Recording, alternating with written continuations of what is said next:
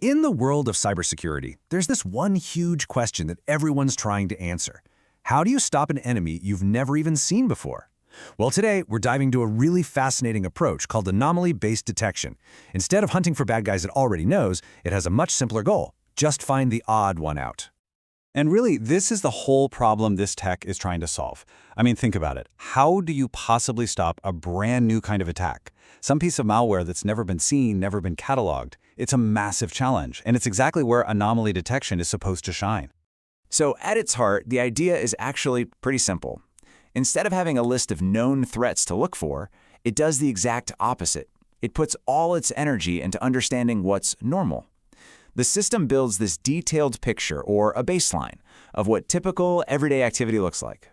The second something happens that deviates from that baseline, bam! It raises a red flag. It's not looking for a specific virus. It's just looking for, well, weirdness. Okay, but that brings up a really big question, right?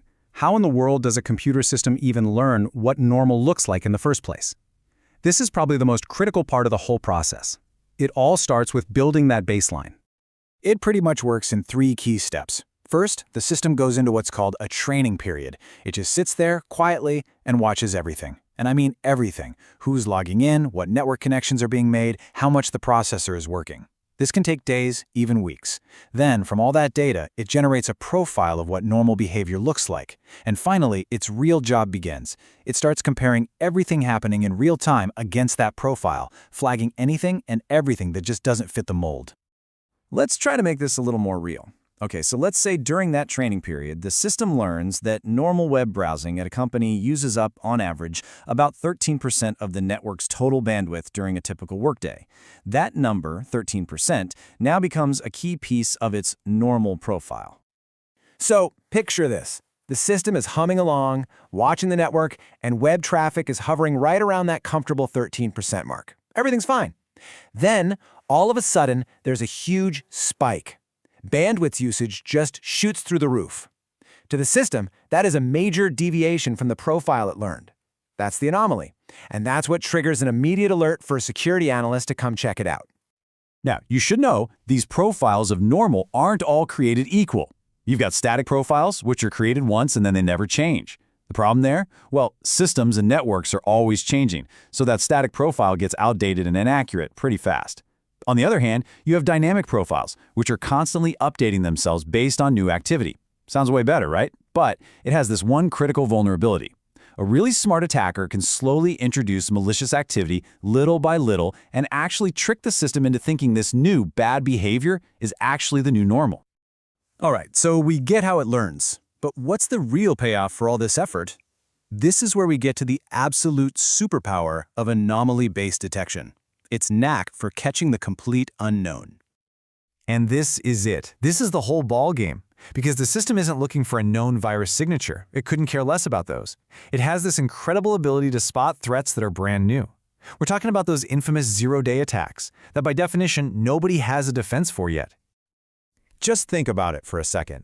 A brand new piece of malware gets onto a computer. It's not going to match any known signature, but its behavior is going to stick out like a sore thumb.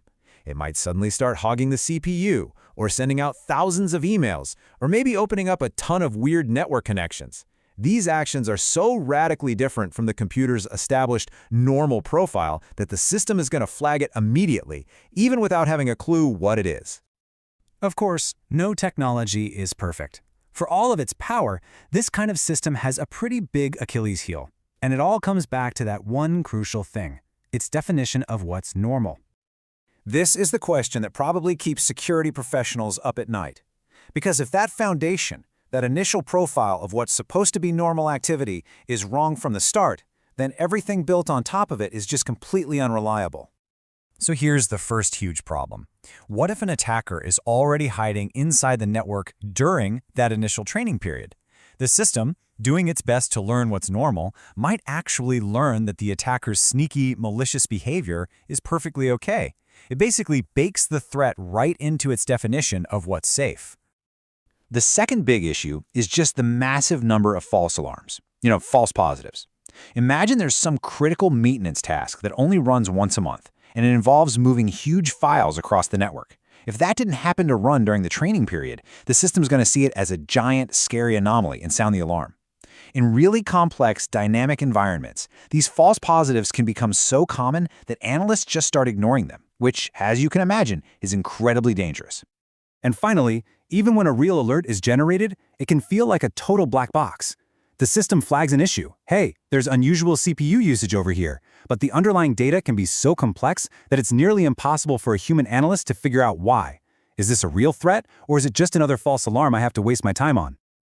So, when you put it all together, you're really left with this fascinating paradox. You have a tool that is, at the same time, incredibly powerful and deeply flawed. This right here is the central trade-off. On one hand, its superpower is that it can detect brand new unknown threats because it doesn't rely on old signatures.